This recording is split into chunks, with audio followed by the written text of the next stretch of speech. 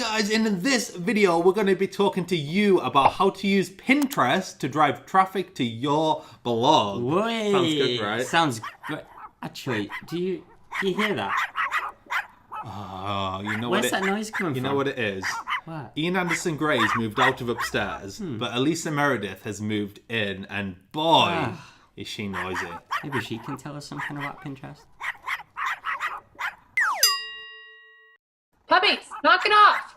Hey, Andrew and Pete. I'm so excited to be on your channel today because we're going to talk about Pinterest and how to use it to get traffic to your blog. You might not know, because the numbers went up pretty recently, that we have 175 million monthly active users on Pinterest these days, and they are doing 2 billion searches a month. So how do we get some of that? One thing to consider is that with that search activity happening, Google is starting to notice that people are finding what they're looking for on Pinterest, and pins, boards, and whole accounts are showing up in Pinterest search results. So the first thing to do is to understand how Pinterest works. It is not a social media network. Even the founder says it's not. It is a visual discovery engine. You have to think about how people use Pinterest. We use Instagram and Facebook to show people the best version of our lives, right? Only the good stuff gets there. Pinterest is where we plan that best version of our lives.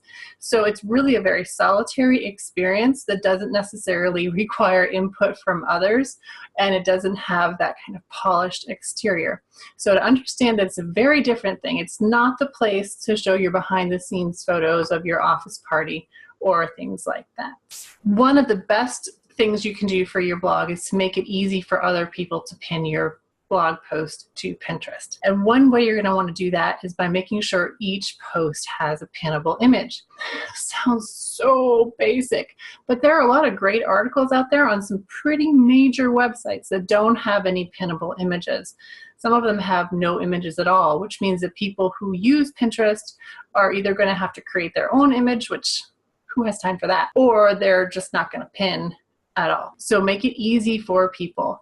A pinnable image is going to be taller than it is wide.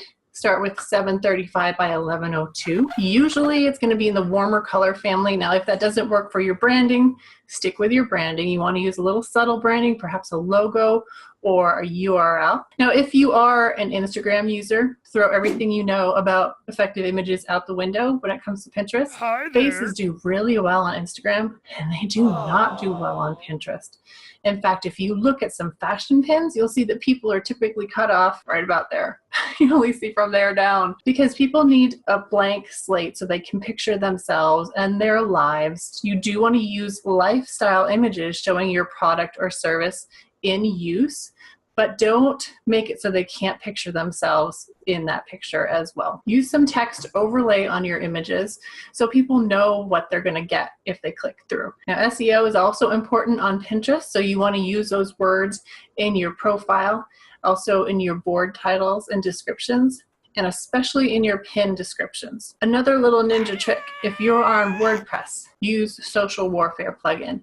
It allows you to have a pinnable image inside of your blog post that isn't necessarily obvious or visible in your blog post. So if someone clicks that pin button, the pinnable image pops up with the description that you have already written for them. Now, as far as getting more traffic from Pinterest to your website, so far Pinterest is very generous in the way that it lets people go, or encourages people to go from their platform on Pinterest to your website. So take advantage of that by making sure your content gets spread as far as possible. One way you can do that is by using group or collaborative boards. Now, some people have felt like the effectiveness of their group boards has really diminished with the algorithm changes, but I would suggest that that might have more to do with the content and the contributors of that board than the effectiveness of group boards individually, because it is a feature that Pinterest created and wants us to use, and because of the fact that when I look at Pinterest analytics, especially in Tailwind, and look at the virality and the number of repins on boards, those group boards tend to be some of my most effective boards.